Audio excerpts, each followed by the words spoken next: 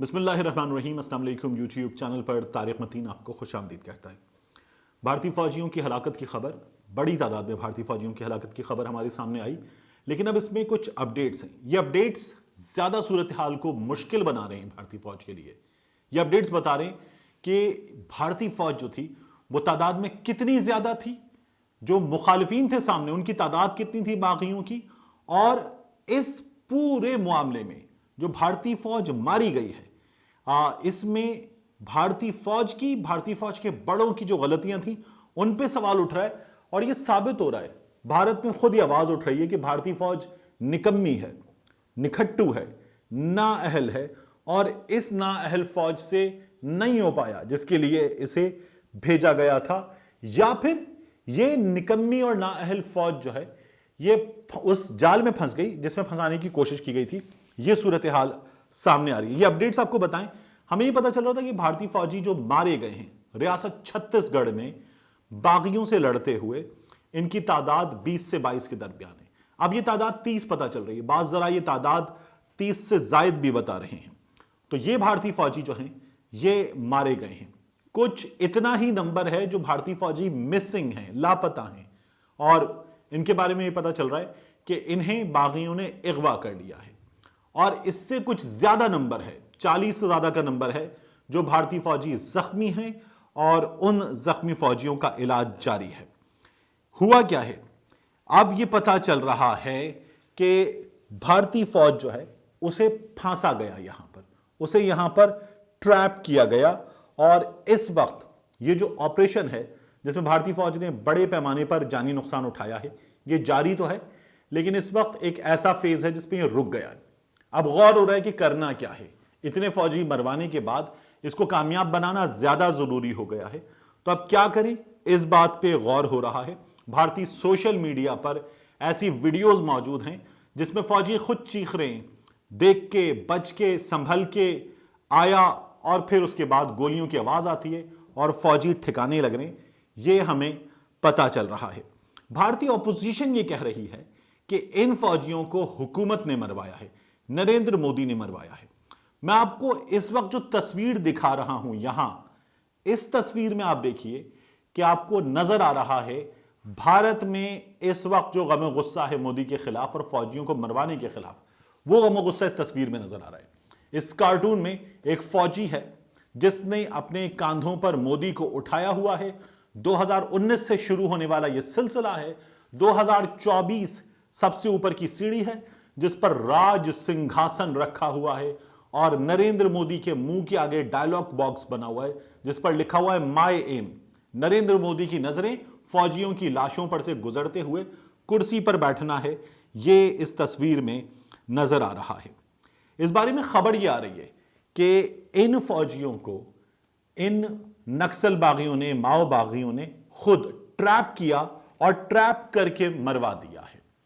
भारत में एक वेबसाइट है जिसने यह खबर दी कि इन लोगों को यहां इस बागियों के ग्रुप के लीडर ने, जिसका नाम है मदवी हदमा, इसने खुद यह खबर फैला दी कि यहां बागी मौजूद हैं।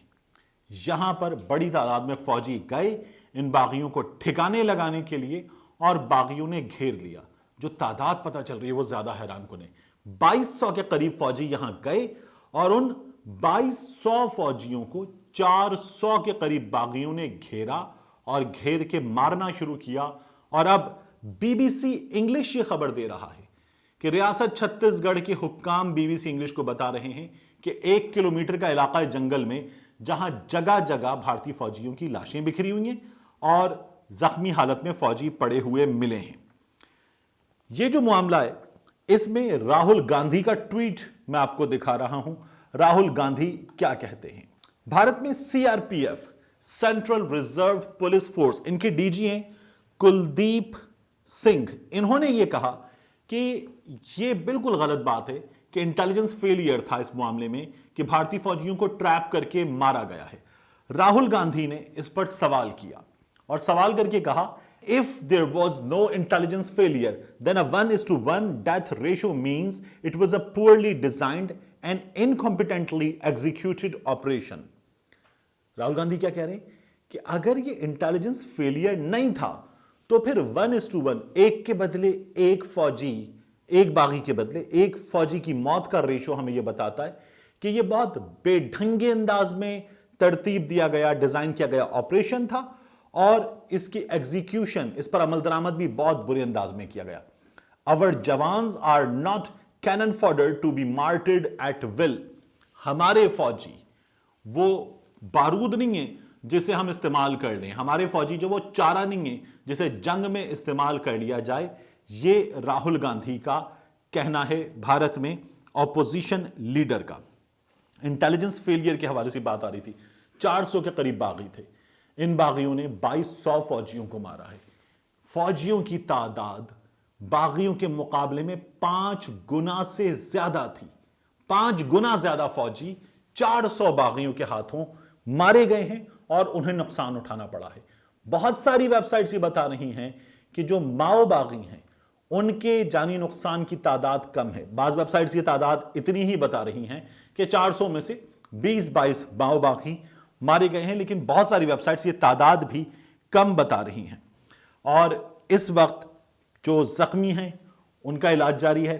30 के करीब फौजी जो हैं वो भी लापता बताए जा रहे हैं। नरेंद्र मोदी कह रहे हैं कि हम अपने फौजियों को खिराज अकीदत पेश करते हैं, ये बड़ी जवामर्दी से लड़े हैं और लड़ते हुए मारे गए हैं, लेकिन नरेंद्र मोदी की फौज और उसके शहरी इस वक्त उससे जवाब मांग रहे हैं। अब मैं आपको यह भी बताऊं कि ये जो मामला है माओ बागियों का, नक्सल बागियों का, छत्तीसगढ़ का, यह है क्या। रियासत छत्तीसगढ़ में अब सिर्फ यही लड़ाई रह गई है, लेकिन ये 5 अशरों से जारी लड़ाई है, तकरीबन 50 साल प्लस से जारी लड़ाई। यहां जो बागी हैं ये जमीन पर अपने हुकूक के लिए लड़ रहे हैं। इनका ये कहना है कि हम इन जमीनों की खेती बाड़ी कर रहे थे, हमने इन्हें सींचा है और हमें इनके मालिकाना हुकूक दिए जाएं। ये बिल्कुल जिस तरह माओ ज़ेतुंग की तहरीक थी उसी तरह की तहरीक चलाई है इन्होंने, और ये कहते हैं कि हमें हमारा हक दिया जाए। इन जमीनों पर जिनको हमने अपने खून पसीने से सींचा है, इन पर हमारा हक होना चाहिए।